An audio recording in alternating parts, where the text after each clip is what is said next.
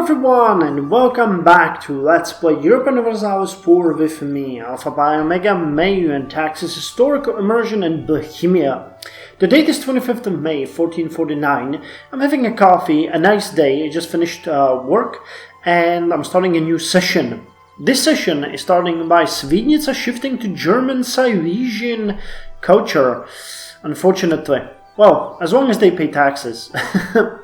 We can also take a new technology, which is the flush blanking. So let's do that. It's a level 13 diplomatic technology. Beginning in the 15th century, European shipbuilders began building ships carvel style, using flush blanks to build a skeleton rather than the traditional clinker style of carving the hull first. This allowed shipbuilders to use much less expensive cuts of wood and not need the thousands of iron rivets clinker ships demanded. The result was a much cheaper ship that did not sacrifice quality. So this increases our colonial range and we can now build a paved road network and a merchant's quarter. Now as you can see, a bit of time has passed between the last episode and this one, so we have 318 gold. We've been drilling our armies for a couple of months, and this is not our king. Our heir, Petr Kingsky, has gained a bonus fire skill, so he now has fire 4, shock free, maneuver free. Only siege is lacking, but that's not a big issue. And we're still making 9.39 gold per month. So as we can now upgrade the roads, I'm thinking we're gonna check what that would cost us in Prague. It would cost us 622 gold. Can we contribute rural wealth? We can, as well as urban wealth.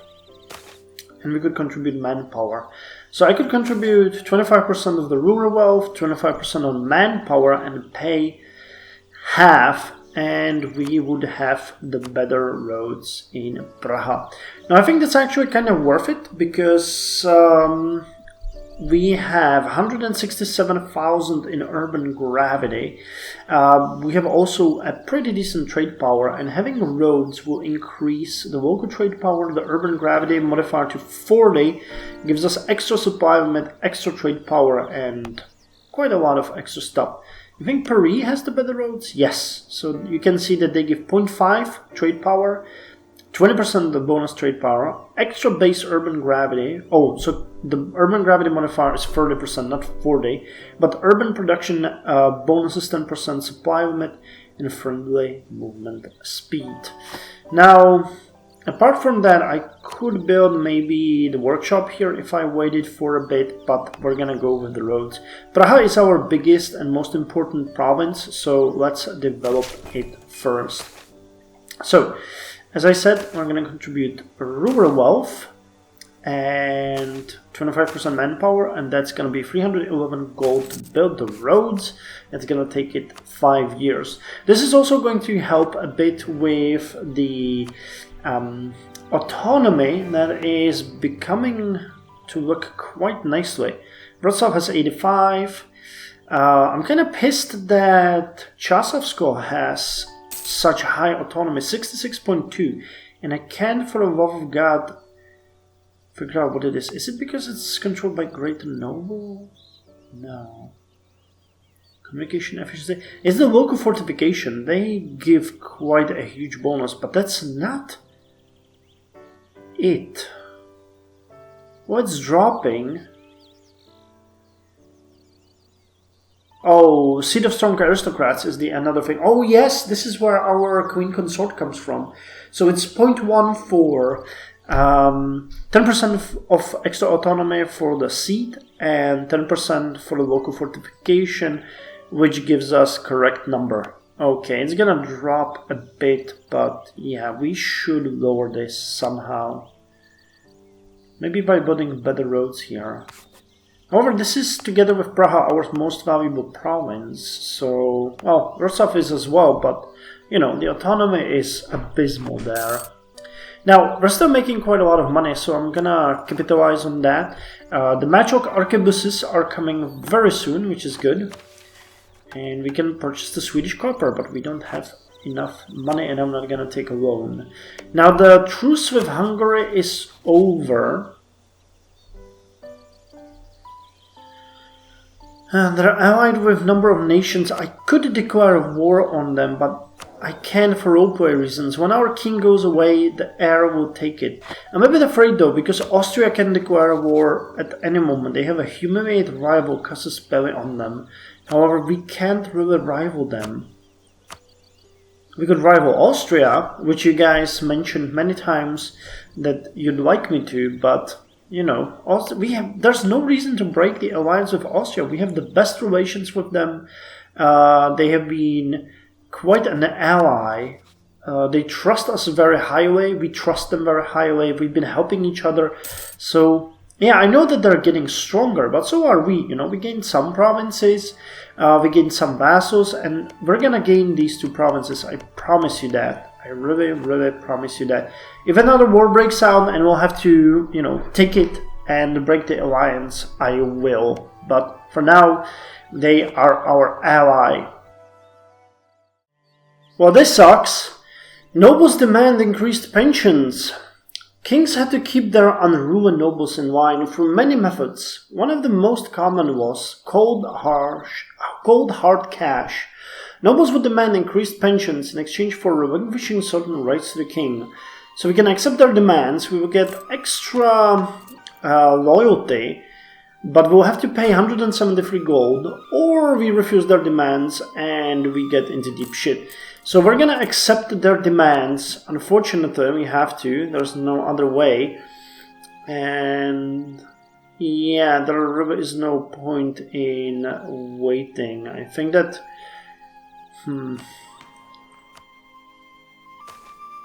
yeah, there's nothing they can do that would help me right now. Unfortunately, the burghers still don't have enough influence to give me money. So unless I extort it from someone, we just have to pay. Even if I get... Well, I'm gonna let it run until we get to a decent number. Is there any way... Nah, there's really nothing I can do. Can't really burn anything or get money any other way. Wait. Anything here? Maybe? It's 139. Oh, Apollo embraced banking. Okay. If it would stay 2 more months, we wouldn't have to take a loan. That would be pretty good. By the way, I have been looking over the ideas, and I realized that we might want, instead of the eminence, first goes for the aristocratic ideas, because they give diplomatic relations as well. And they increase the income from vassals and vassal forcement contribution. I never really went with the aristocratic ideas, but they seem to be something that really fits us, because we have a number of vassals, and this would go a long way for us. So I'm gonna go with the aristocratic ideas first instead of the eminence. We can take the eminence later on. We'll have +2 relations from here and +2 relations from here, which would be kind of nice. Aristocratic ideas and eminence. I think for a Holy Roman Emperor, this seems like a great idea. Oh, and we're starting to have a little trouble with people not voting for us. Okay, let's correct that. Hey, we made it! We don't even have to take a loan. Awesome. Well, wait, 185? That's more! Oh, you bastards. Oh, you bastards. Okay, the game has been upping the ante for me. Let's just hope that this will be enough. Oh, what is the unlawful territory? Württemberg. When did you annex? They would accept the unlawful territory. Well, wait. Maybe. No! We took a loan for fucking 1 gold. What can you do? Damn! They annexed quite a lot. Württemberg, what the hell are you doing? Damn it! It is 2nd of April 1451 and we can pass the Reichsreform. Enacting this will remove all of our Imperial authority, but it's going to lower our construction cost, give us an extra year with prestige, and lower our technology cost, while everyone else will get lowered construction cost and technology cost. The extra prestige will go a long way. So let's enact it. Reform the empire to a more centralized model. Okay. And we fulfill the mission. Really? Reforming the empire. Oh, gain 15 prestige. We must centralize the empire if we want to use our resources more efficiently. Okay, that's decent. Extra 15 prestige. And now we have the secure borders. Less than one province in the empire under control of non-member states or subject. Okay. And the official faith. Oh. Okay. Now everybody is not voting for us, but I've already dispatched all of our diplomats to improve relations with the members, and we should be okay. Cologne will vote for us. You guys have a maximum relation. You guys might get better. Well, we'll have to... Who's the next? Meissen. Okay, at least it's not... King Austria. How old is our king? 48. We should be fine. He's not training our troops or anything, so it's not a big issue. We can now take also the Machoke arquebuses technology. Machoke arquebuses were firearms that were much lighter and more accurate than the more primitive handguns. Designed to be carried by an infantryman, they could be reloaded in the middle of battle. Instead of using hot coals to light the gunpowder, Machokes were lit by long matches. This made them safer, but also meant they were unreliable in the rain. So infantry gets 0.1 fire, cavalry gets 0.08 fire, and we have a new possibility to get the Bohemian Tabor infantry. Next is Hofinses, and we're gonna get the modern castle. Looking forward to that. And the printing press. It was painfully slow to copy a book by hand, and carved wooden block prints were nearly as difficult to make. The invention of movable type by Johann Gutenberg in 1430s, damn, we're really behind, spurred a new wave of cheaply printed books, and a change from book printers to a publishing house. So extra capitals are available. And we now get superior unit types. So instead of the man-at-arms, we could get the lance infantry. Oh, or the Bohemian Tabor infantry. Okay, that's a big difference. The lance infantry has more offensive shock and offensive morale, while the Bohemian Tabor infantry is more specialized on defense, but they get also fire. Okay, well, we're gonna get the Bohemian Tabor infantry. During the Hussite Wars of the 15th century, Hussite rebels developed the novel tactic of using Tabor wagons, also called as Vozová hradba, as mobile fortifications. When faced with a superior enemy, soldiers would form the wagons into a square and join them together with iron chains. This allowed them to protect themselves from enemy cavalry easily and quickly, forcing the enemy to attack them with infantry that was usually much less dangerous. Or the lance infantry would be knights and men-at-arms who were effective as soldiers but not effective armies. Although highly trained and heavily armored, they fought in small units and their tactics and arms varied immensely. During the 14th century, some countries began to try and regulate them, placing them into larger units and standardizing their weaponry and tactics. By the end of the 100 Years' War, the French had developed a standard unit consisting of lances that each contained men-at-arms, archers, and supporting foot soldiers, allowing them to work and fight together with more discipline. We're gonna get our Bohemian Tabor infantry, and we can also get rid of the runner cavalry, and get either Stradioti mercenaries or gendarme cavalry. They're both the same in all. We get 1 extra offensive shock and 2 extra offensive morale. So gendarme cavalry, knights and men-at-arms are effective as soldiers but not effective armies. Although highly trained and heavily armored, they fought in small units and their tactics and arms varied immensely. During the 14th century, Some countries began to try and regulate them, placing them into larger units and standardizing their weaponry and tactics. This is the same as with the infantry. By the end of the 100 Years' War, the French had developed a professional class of gens d'armes, men-at-arms, armored cavalry, who were nobles and so were willing, who were not nobles and so were willing to take orders and fight in large units. Or stradioti mercenaries.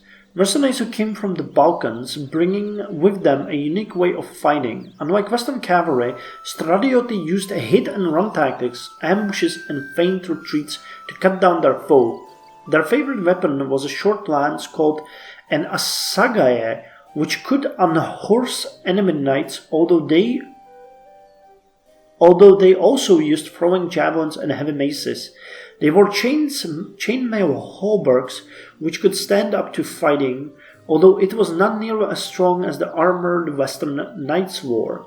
The unorthodox way stradioti fought earned them a place in the armies of the Western Europe, but they were famously undisciplined and prone to looting rather than fighting. Another issue was that most of them were Orthodox and a few were actually Muslims. So for that reason we're gonna take the gendarme cavalry. I don't think we can take anything else, and we're getting an extra land force unit. I have the money, so let's get a gun to reinforce our army. And I could purchase the Swedish copper, couldn't I? Yeah. Okay, let's purchase it. We're gonna get it. Oh damn, it's still quite expensive.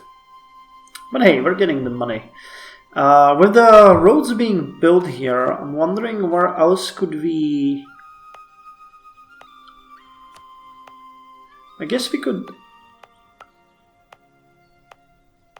Oh, okay, so the road goes north through Litoměřicko and then to Horná Lužica. How much would it be to construct here? 483. It's a bit cheaper here, but... Now, I'd like to upgrade the roads as we'll be able to, but this is freaking too expensive. I think we're gonna focus on developing Chasovsko next. Here the road could be slightly cheaper. Yeah, 505. Oh, and they would even pay half of it if we insist. But I guess we'll still need 250 gold. Okay, Saxony now has maximum relations, and okay, they would vote for us now, as well as Varroa. So we get 3 against 4.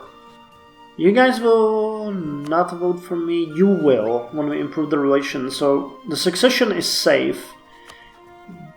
And here as well. Okay, cool. So we'll be fine. We'll be fine. The authority will increase too. So that's not a big issue. It happened! We got a new monarch and the emperor is dead. And Peter II became the emperor.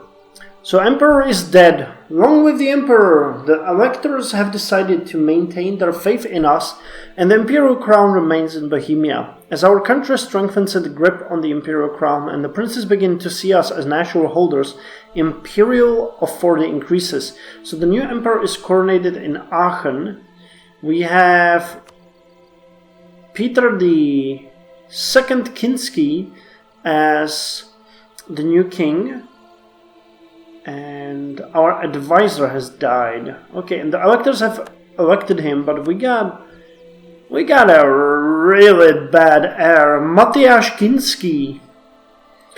Well, let's hope maybe he can die. I don't know. Let's see what his skill is gonna be.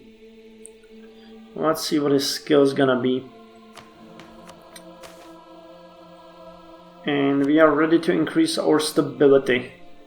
So come on, hit me with Matyáš and whatever he has.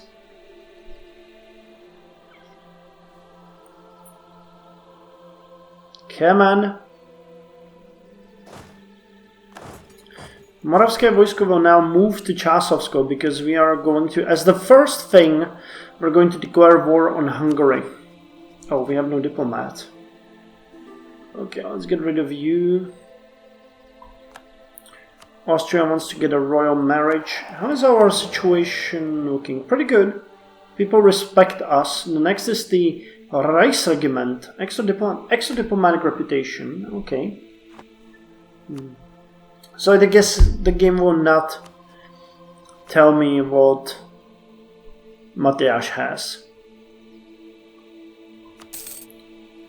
Okay, so now it tells me he has loose slips. Great.